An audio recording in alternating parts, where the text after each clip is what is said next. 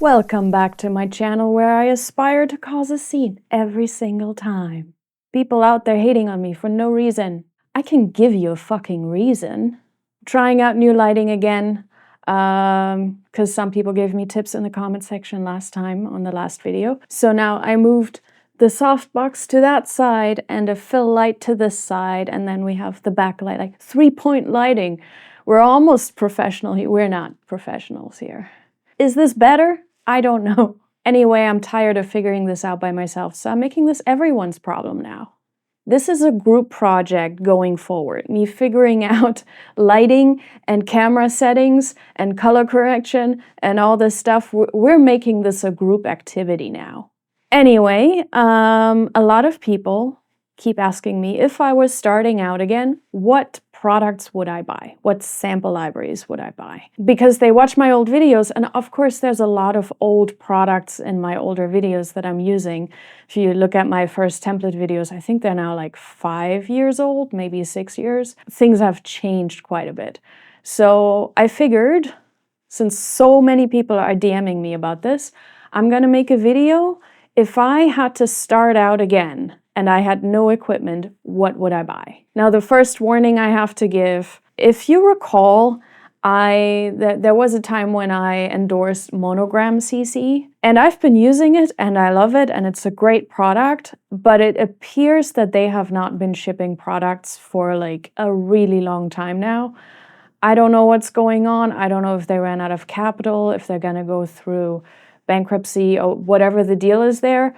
I've ordered something over a year ago and have not received the product, so be really careful, which is a shame because it's really a good product and it seemed like a great company, but you know, they keep saying supply chain issues and stuff. I don't know, but this problem has been going on now for over a year at least, so I can no longer endorse them unless these problems are solved, because if you look anywhere online, you can see that apparently a lot of people have not gotten their products, even though they paid for it. Until they figure that out, maybe steer clear of MonogramCC. Now, getting into sample libraries. Now, first of all, if you don't have anything yet and your funds are limited, you can start out with subscriptions. There's nothing wrong with that.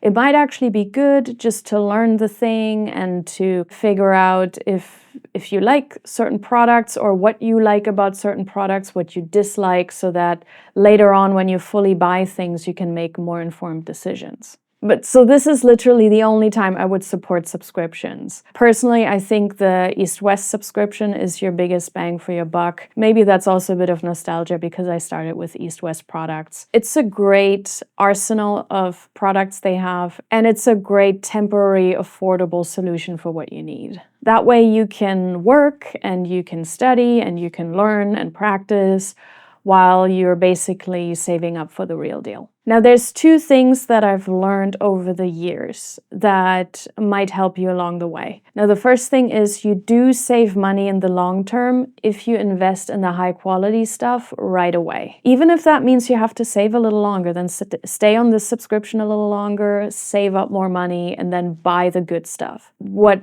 happens otherwise is that you're gonna have a lot of products that are just okay, and you're gonna end up buying the really good stuff anyway.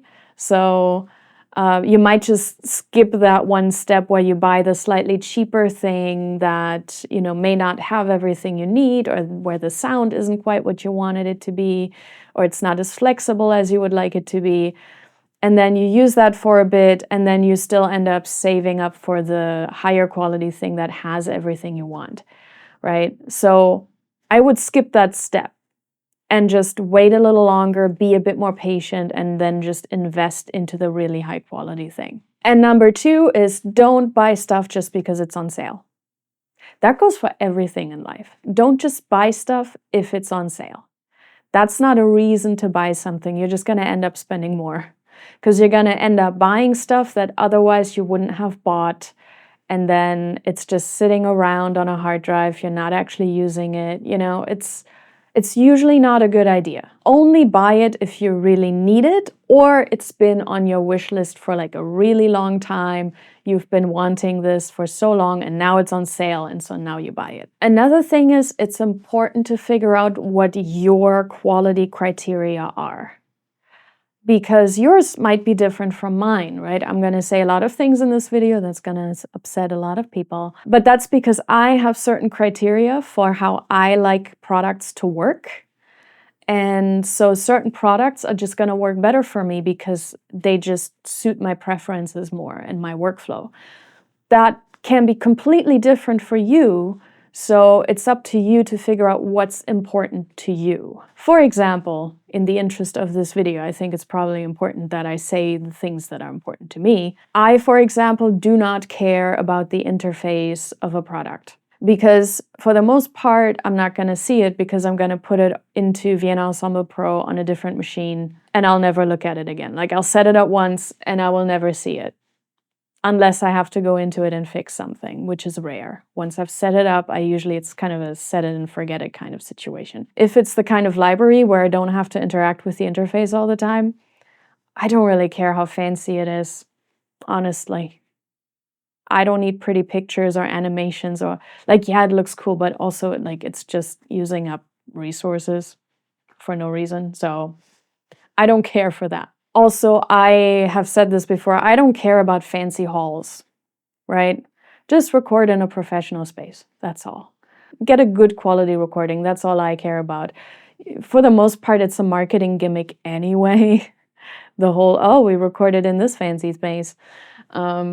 Okay, maybe you care, that's fine. I genuinely don't. I'm just gonna assume it was a professional space with professional players, professional engineers, professional equipment.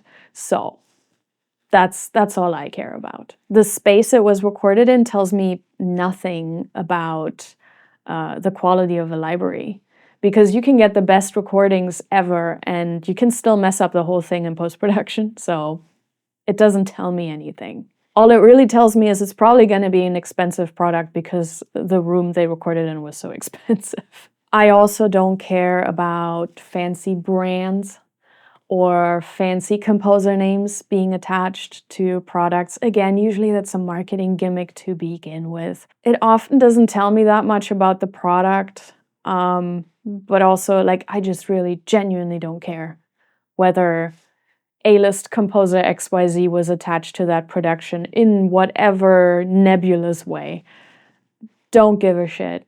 I do care a lot about proper post-production, meaning proper looping, tuning, proper clean editing, proper programming, scripting, because that really makes or breaks a product. No matter how good you've been in pre-production and production, if you mess it up in post-production, that's it. Now, personally, I don't care about bloated products that have every articulation possible and every mic position possible. Again, maybe you care about that, so you're gonna make your choices based on that. If I see a library that has 3,000 articulations and 28 mic positions, I'm like, who the fuck needs that? Because now I'm gonna have to buy a whole new SSD for a lot of money and open my computer and install that, and just so I can have that library. Is that worth it? Is that worth the effort? Or could you just have given me a really nice full mix and then maybe Deca tree, outriggers, close mics, and AB overheads? Maybe surround mics as well for those who want those. 5 would have been fine. Give me smaller options, maybe. Some developers also charge extra when this did not cost them extra in production, okay? The setup cost might have been slightly higher because they set up all these extra mic positions, but in the editing and post-production, you're editing all the samples simultaneously and you're processing them simultaneously. So whether you process 2 mic positions or 10 mic positions at the same time, it's not really causing extra labor, generally speaking, having made these products myself. That didn't cost you extra to do. Unless you had to rent in extra equipment and spend so much extra time setting those up, and then it costs you extra server space. I don't know, very often that does not justify the extra price for extra mic positions. But also the whole articulations thing. I don't love products that have way too many articulations because it invites inconsistencies because you're dealing with a sample set that is just so huge that there's almost no way that there aren't going to be mistakes in there. But also, it's often such niche articulations. Again, I know you don't have to load them. It's just like they're sitting on your hard drive and just clogging up space, especially if it's articulations you would use like 0.1% of the time. And then you also have these articulations in 30 mic positions. I'm like, give me back my hard drive space, please. And then they're also just so difficult to set up, right? Because you can't have everything on one track because it's too inconsistent for that if there's like 30 articulations. But then also there isn't really a proper way to set it up that makes sense in a way. Like it takes forever to set up every articulation if you want that. But then also, there's just too many variations to not have like 20 key switches going on and program changes. And even if you're trying to use expression maps, there's just then so cluttered that, I don't know, there's just very often, if there's so many different things going on in a library, they're just so impossible to set up because I'm not going to remember 20 key switches and what's behind them. And then you have to like use the little notepad and write everything down. And then you have to use like 10 different CCs to trigger all the different things. At that point, it becomes so unwieldy that I don't want to use it anymore. Or you really make split patches for everything and then your template is going to be 5,000 tracks large. For me, it has to be done in a sensible way, right? There can't be so much going on that I need to trigger 5 key switches at the same time and program changes and this and this and this in order to get that really weird niche articulation that I already forgot about 5 minutes after I set it up, you know? Like I will simply forget it's there because it's so difficult to access. It's so hard to program that if you constantly have to go into the interface and remind yourself how things are set up and how things are working and what articulations you actually have available, if you constantly have to do that, you're just constantly getting away from writing music. You know, I want to set things up once and then have them be so intuitive that I can just write music instead of constantly being like, wait, how did this product work? Now, something else I care about is a good out-of-the-box sound. It doesn't have to be perfect. I have the skill and knowledge to mold it into what I need it to be. So if it's not perfect, it's not a deal breaker for me. But since I like to layer products, something that is important for me is that I can streamline the process. Flexibility in the setup to me is important. I need to be able to set everything up to work the same so I can easily copy, paste, and layer things. So that part is something that I do appreciate if they basically give you every option in the setup and are just like, you can assign everything, CCs, key switches, CC value switches, and all that stuff, so that everything can basically work the same across different developers. Something I don't care so much about is what effects are available in a library because I usually do my processing inside the DAW, so I don't much care. Based on my workflow, I also prefer multi-timbral players. Players that can't do that are a big no-no for me. And what I don't generally like or what I don't use much is libraries with a lot of pre-recorded loops or phrases that I can't modify because I can't use those in a commercial product. I can't use a pre-recorded phrase and like use and sell that to a client. That's not how that's going to work. Like that's just going to be a huge copyright nightmare. And also, you know, you promise the client that you're writing, it's in your contract that you're writing original music, and pre-made loops that you can't alter and pre-made phrases are not that. And you're going to get into trouble if you use that and then someone else uses it on a commercial production and then there's a clash there because multiple people use the same loop. You know, I think even production libraries are now catching on to that and are like, hey, you're not allowed to use these products. So it's not quite as useful for a professional. And then another thing I don't love very often is like baked-in orchestration, where you have like strings plus woodwinds patch or something like that, just because it's going to cause problems later on. Because on a lot of my productions, we do record, even if we don't record everything. So I need to be able to control the different elements. So orchestrators must hate this, honestly, to have these combo patches, and then they have to figure it out.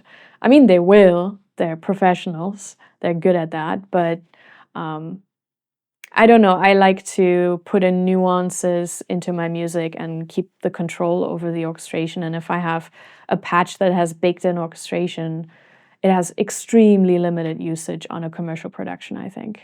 But so your criteria might be entirely different from mine. So it's important to sit down with yourself and figure out what's important to you. Now that was a long introduction. Let's get to the companies and the products that I would go to. This is assuming you've already picked your poison in the DAW department. Doesn't matter really which one you pick. They can all do the job. They all have pros. They all have cons. Also doesn't matter if you're on Mac or PC. Again, both have pros and cons. Pick your poison. Now, as far as players go, you want to get Kontakt and UVI. Both have a free version. But also Kontakt has a paid version, which I would invest in just because you're gonna need it for so many sample libraries that it's just worth the investment. Now, as far as strings go, you know, my favorite and a lot of people's favorite is Cinematic Studio Strings. Has a very warm sound, very consistent, really good bread and butter thing, not super demanding on the system, has all the articulations that you would use 90% of the time. It has like, I think 3 or 5 mic positions. Super easy to use. Like, it's a very straightforward library. It's not very bloated. It's very cleanly programmed. It has a nice script, nice sound. So it's just such a great all-rounder. Now, another one that I do not have, but that a lot of my colleagues use and people on my team have used it and it sounded gorgeous every time. I've never heard this library sound like shit, is Pacific Strings. The reason I don't have it is literally just I have so many string libraries that I just don't need it. The amount of times I've asked people like, oh, that's a nice sounding library. What are you using? And they're like, Pacific Strings. Or Pacific Strings layered with Cinematic Studio Strings. There's a video out here somewhere where someone did that. Absolutely gorgeous. If you have the budget for both layered together, gorgeous. If I was starting out right now, that's the one I would get next to Cinematic Studio Strings. Like, those two would be my go-tos, I think. And then another string library that has become a mainstay in my template is Berlin Sordino Strings. It's such a gorgeous library. I use it even for passages that don't have to be Sordino. It's just such a nice, warm sound. And it's kind of the same thing, you know, good mic positions. It's not super bloated. It has all the bread and butter articulations. It's well balanced, well programmed, well recorded. There's nothing wrong with it. I use it all the time. I use it in almost every single piece. Sometimes standalone by itself, and sometimes just like to layer in to warm up the sound. Because it's also like a really nice large ensemble. Like, it has a very big sound to it, so it can really like widen everything and just make it nice. As far as brass goes, I love Cinematic Studio Brass. In general, Cinematic Studio series. It's very good. That would be something I would invest in for sure.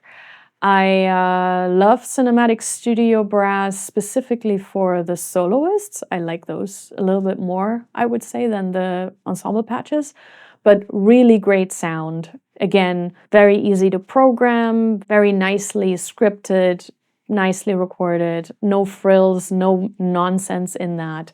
Just a really good bread and butter thing. If you're more into classical brass, classical sounding brass, synchron brass might be a thing for you. Now, for ensemble patches, you've seen in previous videos, I've been using Cinebrass. I don't know if I'd recommend buying that though. I'll get into that whole thing later. I'm basically slowly trying to phase out my Cinesamples libraries just because they're no longer updating and making Kontakt libraries from what I understand. And so I'm basically seeing their whole Kontakt line as like discontinued now. So I'm slowly moving away from that.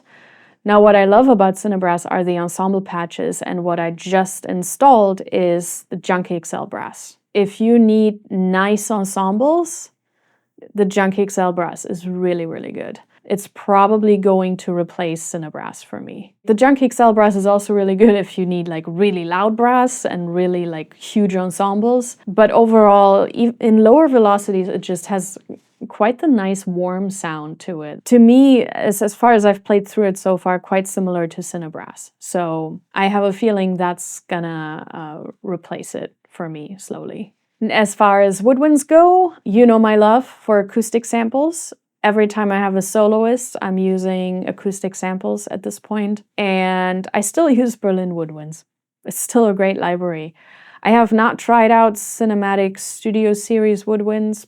I'm assuming they're great too. But yeah, I'm sticking with Berlin woodwinds for like ensemble context, and then with acoustic samples for solo context. Also, special shout out to the VSL woodwinds. Their woodwinds have historically always been very, very good. So you can't go wrong with them either.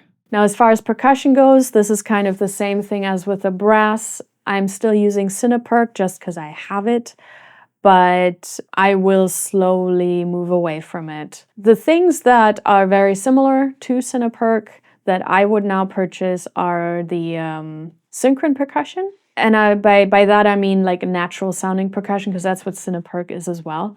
So natural orchestral percussion. I would go with synchron percussion or with Berlin percussion. They sound very similar. They have a similar array of instruments, so can't go wrong with either one of those. Now, as far as big drums go, like big like trailer drums or like, big action cue drums that, drums that aren't supposed to sound like your traditional orchestra percussion, I would go with either LA Modern Percussion, one of my absolute favorites. So easy to use, so well recorded, well programmed. Can't stress this enough. It's very, very worth it. Another one that I just installed like a month ago is Monolith. Now, the funny thing is Monolith, very similar to LA Modern Percussion. As I was playing through Monolith, I was like, this sounds so much like LA Modern Percussion. So I don't know what to make of that. Very similar instruments, very similar mapping and everything, but they're both fantastic. If you have one, I don't think you need the other necessarily, unless you're super into huge drums and you just want more, go for it. But so if you have Monolith, you don't necessarily need LA Modern Percussion. And if you have LA Modern Percussion, you don't necessarily need Monolith. Another one I take a look at is Damage. I never quite took to Damage 2, but the original Damage I generally very much like because it has a very different sound from something like LA Modern Percussion or Monolith. And I feel like Damage has a lot of instruments in it that the other ones don't have, like a lot of, metal and wood percussion and all kinds of stuff. So there's just a lot of kits that I like to use that I don't think I've ever really found anywhere else. As far as harp goes, still haven't found a particularly great one that blends well with orchestra. I'm still using the East-West harp from the East-West Symphonic. So I don't know, man.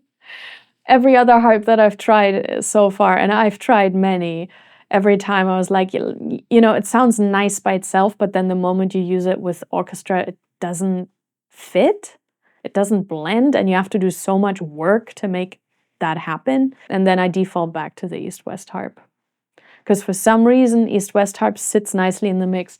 I just recently, like a colleague of mine was posting a piece of his, and I DM'd him. I was like, what harp is that? I'm still looking for a better harp. And he was like, it's the East-West Symphonic harp. I was like, okay, clearly I like that one. I don't know. Clearly that's the one that I gravitate towards. So someone make a better harp library, okay? Please. One that actually blends with the orchestra. As far as pianos go, I would recommend Keyscape or the VSL pianos. Now, Keyscape is by Spectrasonics, which generally is a company that, have they ever put out a bad product? I don't think so. They don't put out much, but whatever they do put out, it's always perfect. So I love using Keyscape for different pianos.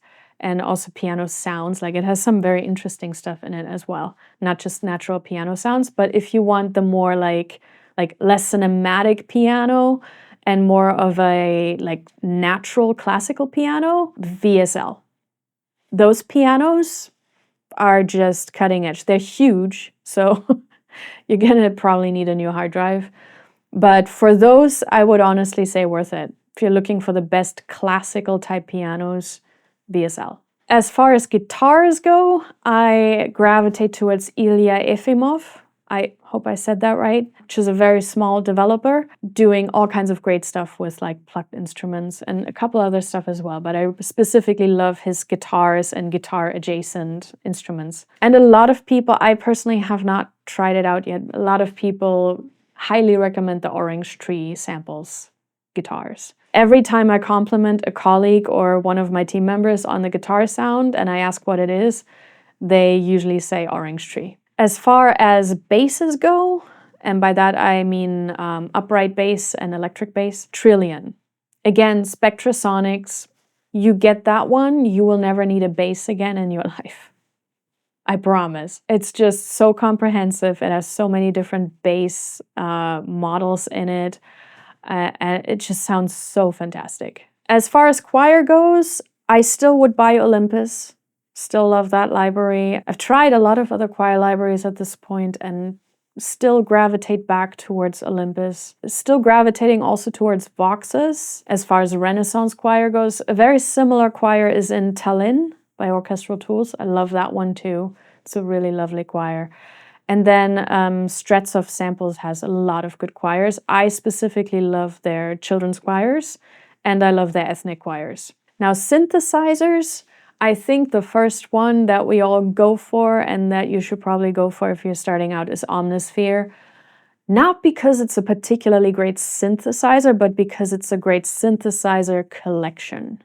The amount of sounds you're getting with that is insane. I think it comes with like, what, 50,000 sounds? And it functions a lot like a synthesizer, of course, and you can drag audio into it as well and modify it there, like kind of like sampling, right? Like using an audio sample. And then so many people have also made packs for it, right? So there's so many expansions to it as well.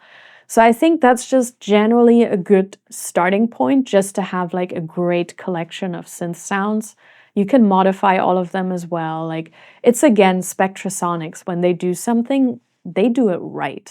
They do not half-ass things. But it's a great starter tool if you're starting out. That's like the first one I would invest in, just to have that at your disposal. And then after that, I feel like it's a question of taste. A lot of people go to Zebra. I like Zebra a lot. A lot of people go to Serum, Pigments, Diva, Faceplant. Native Instruments has a ton of great synthesizers. So then it kind of becomes a question of how do you like to use synthesizers? Like, what functions are important to you? And then picking the synthesizer that can do that specific thing. Now, as far as full orchestra libraries go, my clear favorite is Project Sam. Another company that does not put out new products all the time, but what they put out, always fantastic. Have they ever released anything bad? I don't think they have. I don't think I've ever touched a product by Project Sam where I was like, no. All of them were fantastic. I do have some of the Spitfire Albion and stuff like that, and I still always gravitate towards Project Sam. I don't know why, but there's something about Symphobia, Lumina. I also have Swing and Swing More for the jazzier stuff. Pandora, I mean, it's so good. Somehow my go-to, after all these years, still Symphobia.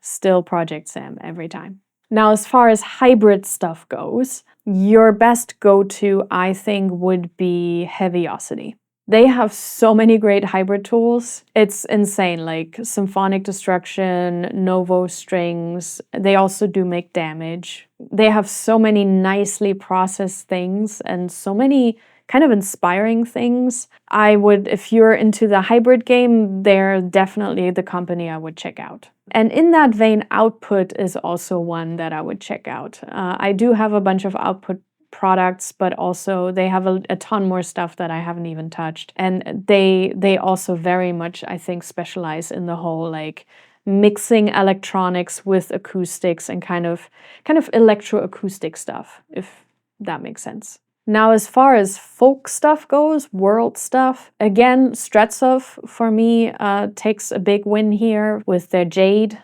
Orchestra and Jade Evolutions, and also with their Balkan series. I use those all the time. And I still also at times go back to East West Silk and Raw. They're a bit unwieldy, I feel like, but the sound of it is just fantastic. Now, as far as textures go, a really great one is Slate and Ash. I love a lot of the stuff that they're making. That's the brand I would look at. I have Spectres and I have Landforms. They have a lot more stuff, really cool things. Another one I love is Orchestra Tools Time Macro, Time Micro. Really great for texture stuff. They also have a couple more actually that I'm gonna get into, but I feel like Time Macro, Time Micro is like the best collection they have of that sort of thing. We use it all the time. And then Native Instruments has a lot of good stuff in that department as well. Fables, Lures, Thrill, Arcus, Straylight. There's a bunch of stuff I'm forgetting right now, but they have a lot of those particular instruments that are fantastic, especially to create atmospheres. And they usually have this XY pad so you can kind of morph sounds into one another. It's really cool to create soundscapes and like long textured stuff. Now, as far as plugins go, if you're starting out, first things first, I would use the stock plugins that come with your DAW because they're very good. They're very good. You can get so far with that stuff. And it's good for learning because first you need to know what these plugins do and how and when you use them, to then know what they're lacking, and then you can go and find what like in other plugins, what the stock plugins are lacking, right? But you first have to know what you're even looking for. Now, personally, if I had no added reverbs, say for the one that comes with Cubase, I would buy Liquid Sonics, Seventh Heaven and Cinematic Rooms in particular, and I would go buy some Valhalla plugins. Valhalla being the cheaper option. I think they're all $50. Really great reverbs. But also you can get Seventh Heaven and Cinematic Rooms as like, they have like a professional version and then they have like a lighter version, which is generally cheaper. But then also if you get that on sale, you know, it goes down in price pretty nicely. Really great reverbs. Love them. Use them all the time. As far as other processing goes, the first thing I would look at is either the isotope infrastructure or the FabFilter infrastructure. And I would stick to one at first. I mean, later on you can, you know, mix and match. The reason I say this is because if you're starting out and you don't have anything yet and you're inexperienced, it's nice to stay with a brand because they're going to have a lot of overlapping functions and layout, and they're going to name things the same way. And also the plugins will be able to interact with one another, like they all talk to each other. And it's kind of nice to have one infrastructure at first and then cross over into the other. Doesn't really matter which one you pick. I would, you know, just do some research and then pick the one that speaks to you more. But they're both fantastic. Like nothing negative to say about Isotope or FabFilter. Highly professional products, super useful, use them all the time. And then of course later on you can get into like very specific plugins, you know, like specific EQs and whatnot, you know, like Gullfoss or Bloom, Spiff, Soothe, you know, all of those kinds of plugins. They're not necessary at first. They're probably not ever necessary, but especially also because a lot of them overlap with what Isotope and FabFilter have to offer. So these are kind of like for later, if you need like something really specialized and there's something that you're really missing. This is not something you need from the get-go. This is not something you need to immediately invest in. And then there's also fun processing stuff. Again, you can get really far with what your DAW already has to offer, so don't stress about it. unless you're really into sound design and you really do stuff like that. In that case, probably the first thing we all gravitate towards is sound toys. So good. Not a single bad thing in there. So many things you can do with that. Also, so many presets you can use, but every single thing in that is fantastic. I use it all the time. Very creative tool, but it's not really for like mixing or anything. It's for like doing fun stuff with audio. So this would 100% be like the starter pack. And then there are others later that you can add, but with Sound Toys, the Sound Toys bundle, you're gonna be like 99% covered. Now, some people will point out that two companies have been very absent, which is Spitfire and Cinesamples. And listen, if you love these companies, go ahead and, I'm not telling you not to use these products. I'm just anticipating some people in the comment section being like, but what about? First of all, I don't know every product, so there's already that. If there are companies I haven't mentioned, it might just be that I haven't tried their products or that I don't like their products.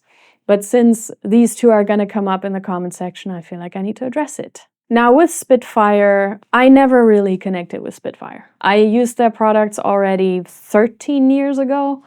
When I was an assistant, it was, on a lot of computers, so they're really early products, and I just never really connected with it. Now, for starters, they must be having the worst player on the market. Like, what is that? What is that thing? Every time I have to load the Spitfire player, I just want to throw myself out the window. It's not appealing to me, okay? I don't like using their player, and that's already a big, big issue.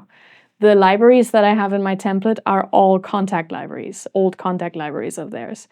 It's none of their Spitfire player stuff, except for one, and I never use it, and I actually kicked it out of my template because the player was causing so much trouble. But my bigger issue is that I find their products to be overpriced for what they are, to be honest, because they are pricey. The marketing is worth $1 million, honestly. Like, they're doing their job. They're worth every penny. Give them a raise. They're doing a great job. But the marketing is always kind of promising, like, the next best thing, the evolution, the best thing since we invented the wheel. They're like hyping up the products, and then you hear the product or you play around with the product and you're like, it's just like another product. And that's kind of a shame. Like, so many of their products are kind of hit or miss, and it's always been like that for me, personally. Maybe you disagree, that's fine. But for me personally, it's always been like, some of the products I really liked over the years, and then other products I was always like, this is kind of overhyped, like this is not that good. This is very inconsistent, there's a lot of noises, the editing isn't good, the legatos are bumpy, all kinds of issues with it, or the sound just wasn't very good, despite recording at Air and Abbey Road in these great spaces. I just find that they're too pricey to be this hit or miss, personally. If you're gonna be that expensive, you better be spot on the money every single time. It's kind of weird. Like, you have the best spaces, the best players, the best engineers, the best everything, and then the products are not better than stuff that was, recorded in no-name spaces by no-name people that, nobody has ever heard of. Products that cost half as much. I don't really want to recommend it because I'm like, you can kind of get the same thing for half the price from a different developer. Plus, that different developer is going to update their products, which is also another thing that really bugs me about Spitfire. They don't update their shit. What's up with that?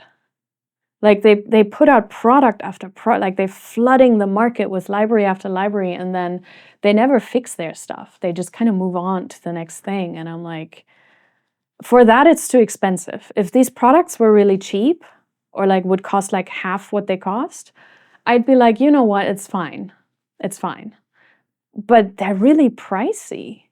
If people pay thousands of dollars for something, I feel like the least they can expect is for the bugs to be worked out and for like faulty samples and bad programming to be fixed and all that. And they just kind of don't do it, which I find a bit disrespectful to the customer. But I guess as long as the customers come back and just buy the next thing, they're just going to continue like that. This is not how I would treat my customers if I was making sample libraries. So I prefer developers that actually take the feedback and then improve the product. instead of just moving on and being like, yeah, I guess you paid a fortune for that product that we will never ever fix. I don't think that's the way to treat your fellow artists. Be they professionals or amateurs, hobbyists, whatever, it doesn't matter. Anyway, it's not how I would do business, but it's not my business, so they can do whatever they want. It's fine. It's not checking enough boxes for me, for my criteria. So if it does for you, go ahead and use the products. But these are kind of my thoughts and where I'm like, listen, I'm going to go with other companies there. And then the other thing is Cinesamples, because people obviously see a lot of Cinesamples in my template because I used to work for them, so I got all of this stuff for free. Or some of the products I actually made or helped make. So I still have all of that stuff, but as I said earlier, I'm slowly phasing it out because it feels like Cinesamples is now Musio. And I'm not doing subscriptions, first of all. It's not what we're going to do. But more importantly, which is my bigger issue with this particular subscription, is that I don't have 100% faith that that company is going to survive forever. Now, hear me out. There are other companies that have their own player, right? Like VSL or Orchestra Tools or Spitfire.